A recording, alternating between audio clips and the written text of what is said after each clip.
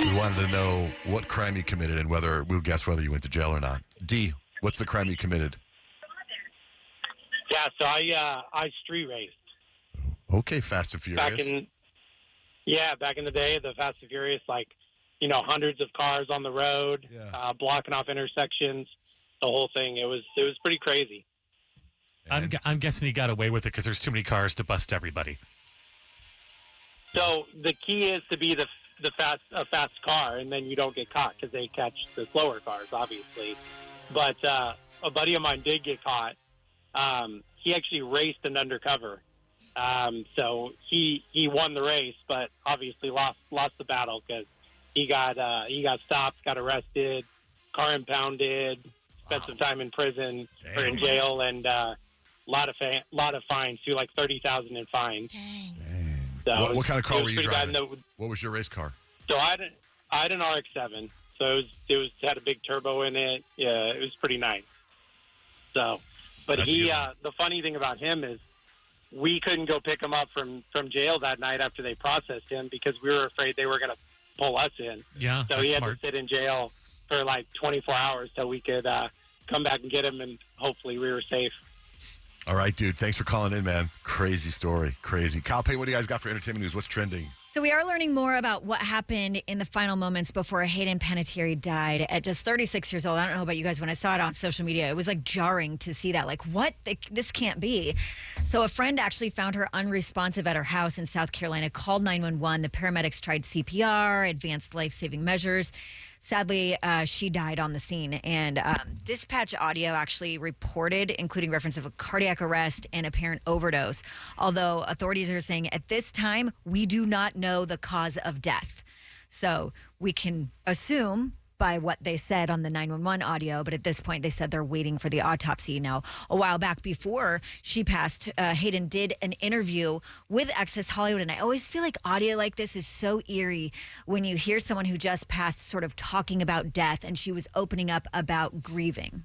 I mean, time is the greatest healer, but what else is incredibly important is to not sweep it under the carpet and to allow yourself to go through the stages of grief. And now I picture she had a daughter. I pictured her daughter like hearing that and going, okay, that's now what I have to do. But I'm grieving my mom. Her brother died too of a heart issue.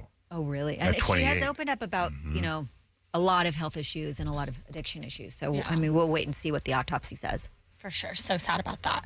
Jordan Woods and NBA star Karl Anthony Towns, they officially said I do over the weekend. It was an all-black dress code and a Malibu wedding. So the guest list, you guys, it was insane. I don't know if you guys had a chance to see these pictures, but it is so fun to see, like, the Biebers there, Nick and Olandria, Kylie Jenner and Timothy Chalamet. So that beef, whatever happened with Jordan Woods and Trashton Thompson all those years ago. But I was also like, oh, that's confirming, because there was rumors that Kylie and Timothy had broken up. Yeah, no, and they were together in Timothy. He looked fly in his little leather jacket, arm around Kylie. Michael B. Jordan was there. Tiana Taylor. There were so many people there. Jaden Smith, the Smith family. And also what I thought was so cute and cool, for the reception area, all of the guests were wearing black hoodies, and on the back, it said Married in 5, making a nod to Karl Anthony Towns and the Knicks win earlier this summer. So I thought that was super sweet, and I'm just so happy for them. They are so cute together. I know. I love, like, all the people there. Like, I wanted to be at that wedding so bad.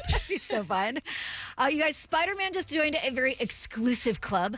Only 8 movies in history have ever made $2 billion, and Brand New Day just crossed the $2 billion mark in just 3 weekends, which means it's probably going to break even more records. It's insane. When it comes to movies, Disney just unloaded a bunch of new movies at D23. They unloaded the next few years, what we can expect. Marvel revealed Adam Driver is joining the new X-Men as the villain Mr. Sinister with a whole new cast. Incredibles 3 is coming in 2028. It's going to focus more on the kids. Coco 2 is coming in 2029. I'm like, where were they going to go with this? I know. But I guess Miguel's going to be a teenager, and he's heading back to the land of the dead as a teenager, which should be interesting. Yeah, that was a kind of a complete story. I didn't know that they could do a sequel, but I guess it was that successful. Yeah. But they have to. Yep. Lilo and Stitch will be officially coming in 2028. The second movie will feature Stitch and his pink love interest Angel joining him. I'm so excited. That should be kind of cute. And we got our first look at the Bluey movie and the live action Tangled movie. And the biggest, or one of the biggest things that came out of that, which we talked about a little bit earlier, Johnny Depp is headed back to Pirates of the Caribbean.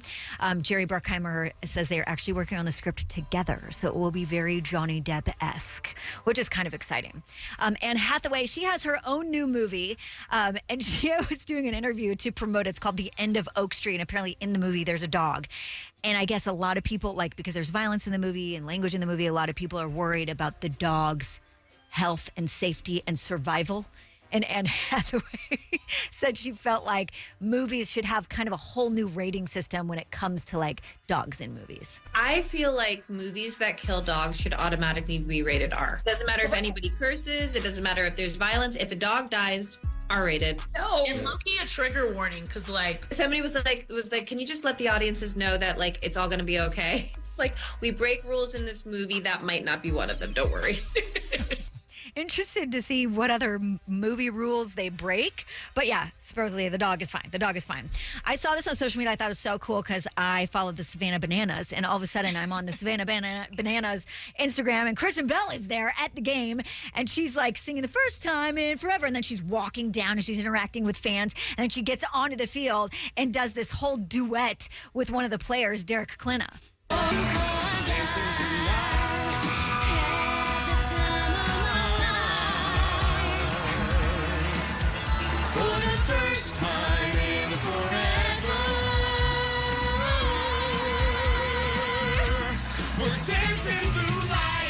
It's so cool. I kind of love that mashup with Wicked and Frozen. Lionel Richie, he was stirring the pot and basically said that Chris Brown and Usher's joint stadium tour, that they're not doing anything new. He compared it to when he was touring with the Commodores and Earth, Wind, and Fire, and he basically said the only difference between then and now is that we're not going to jail, basically throwing shade at Chris Brown because he might be locked up for the second half of his tour. Chris Brown caught wind and literally replied and said, "Dang, Unc, we love you, Paw."